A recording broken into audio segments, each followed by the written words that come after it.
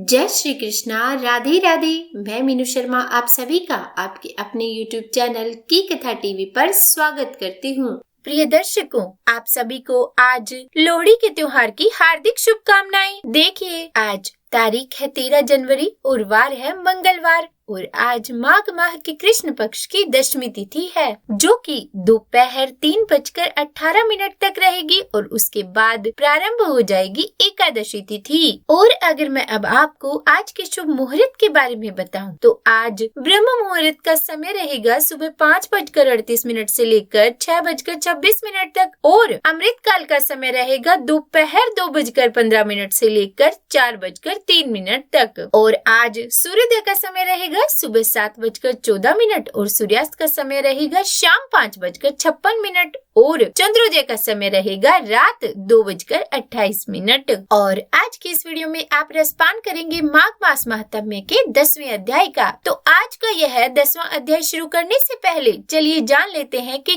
कल यानी कि माघ मास महात्म्य के 9वें अध्याय में क्या हुआ था। तो कल 9वें अध्याय में हमने दत्तात्रेय जी द्वारा वर्णी कुंडल और विकुंडल नाम के भाइयों की सुंदर कथा को सुना, जिसमें विकुंडल ने अपने भाई को अपने पुण्य देकर नरक से मुक्त करवाया। और अब हम आज का 10वां अध्याय भगवान श्री गणेश को याद करते हुए शुरू करते हैं। महादेव की लाल तुम सभी झुकाते शीश, हम निर्धन लाचार है दो हमको आशीष। और अब माघ मास महात्म्य का 10वां अध्याय। राजा दिलीप से श्री वशिष्ठ जी ऋषि कहने लगे कि हे राजन, मैंने तुम्हें अब दत्तात्रेय जी द्वारा राजा सहस्त्रार्जुन को कहा गया माघ मास महात्म्य कहा। अब मैं तुम्हें माघ मास के स्नान का फल बताता हूँ, तुम इसे ध्यान पूर्वक सुनो। और फिर गुरु वशिष्ठ जी बोले कि राजा सहस्त्रार्जुन ने योगियों में श्रेष्ठ दत्तात्रेय जी से कहा कि आपने मुझे बहुत सुंदर माघ महीने की महिमा बताई है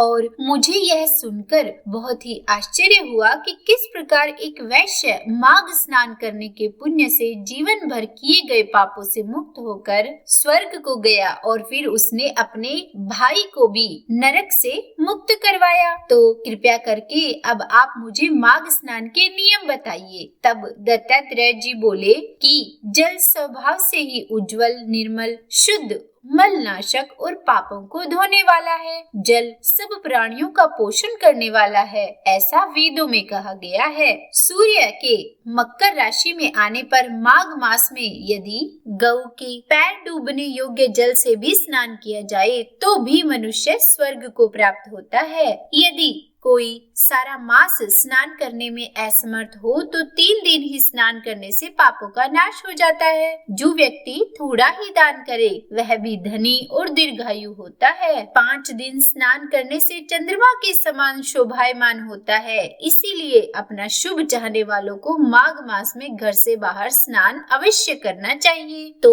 अब मैं तुम्हें माघ मास में स्नान करने वालों के नियम कहता हूँ, तुम उसे ध्यान से सुनो। अधिक भोजन का उपयोग नहीं करना चाहिए, भूमि पर सोना चाहिए, भगवान की तीनों समय पूजा करनी चाहिए और जितना हो सके ईंधन, वस्त्र, कंबल, जूता, कुमकुम, घी, तेल, कपास, रुई तथा अन्न का दान करना चाहिए। दूसरे को अग्नि न तपे ब्राह्मणों को भोजन करवाएं और उनको दक्षिणा दें। समापन के समय भगवान से प्रार्थना करें कि हे देव, इस स्नान का मुझे यथोक्त फल दीजिएगा। मौन रहकर मंत्र का उच्चारण करें, फिर भगवान का स्मरण करें। जो भी मनुष्य श्री गंगा जी में माघ में स्नान करते हैं वे 4000 युग तक स्वर्ग में ही रहते हैं। और जो कोई माघ मास में गंगा और यमुना का स्नान करता है वह प्रतिदिन 1000 कपिला गौ के दान का फल पाता है। और फिर इसके बाद दत्तात्रेय जी राजा से बोले कि हे राजन, प्रजापति ने पापों के नाश के लिए प्रयाग तीर्थ की रचना की। सफेद यानी कि गंगा जी और काली यानी कि यमुना जी के जल की धारा में स्नान का महात्म्य भली प्रकार सुनो। सुनो। जो व्यक्ति इस संगम में माघ महीने में स्नान करता है वह गर्भ योनि में दोबारा नहीं जाता। भगवान विष्णु की दुर्गम माया माघ में प्रयाग तीर्थ पर सब नष्ट कर देती है।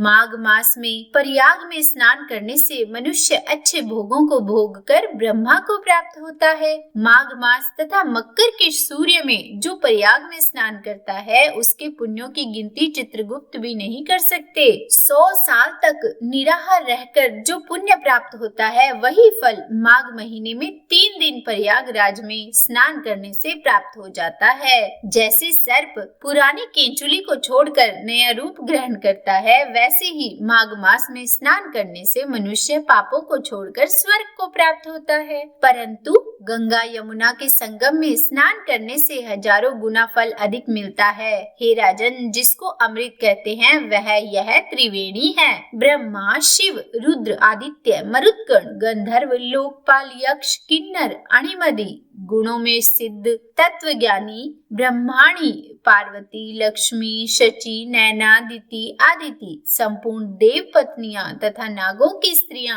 मेनका, उर्वशी, रंभा, तिलोत्तमा, अप्सरागण और सब पितृ, सब देवता सतयुग आदि में प्रत्यक्ष और कलयुग में गुप्त रूप से माघ मास में स्नान करने के लिए यहाँ आते हैं। माघ के महीने में प्रयाग में स्नान करने से जो फल मिलता है वह ईश्वर ही कह सकते हैं। मनुष्य में कहने की तो शक्ति ही नहीं है। हजारों अश्वमेघ यज्ञ करने से भी वह फल प्राप्त नहीं होता जो इस माघ के महीने में प्रयाग में स्नान करने से मिल जाता है। पूर्व समय में कांचन मालिनी ने इस स्नान का फल राक्षस को दिया था और इससे वह पापी मुक्त हो गया था। तो बोलिए विष्णु भगवान की जय। यह था माघ मास महात्म्य का 10वां अध्याय। अब इसके आगे क्या हुआ यह हम जानेंगे कल, यानी कि इसके 11वें अध्याय में। तो उम्मीद है वीडियो पसंद आई होगी। अगर अच्छी लगी हो तो लाइक एंड शेयर कीजिएगा और चैनल पर नए हैं तो सब्सक्राइब भी कर ही दीजिएगा। और हाँ, कमेंट बॉक्स में राधे राधे लिखना बिल्कुल भी मत भूलिएगा। तो बोलिए राधे राधे।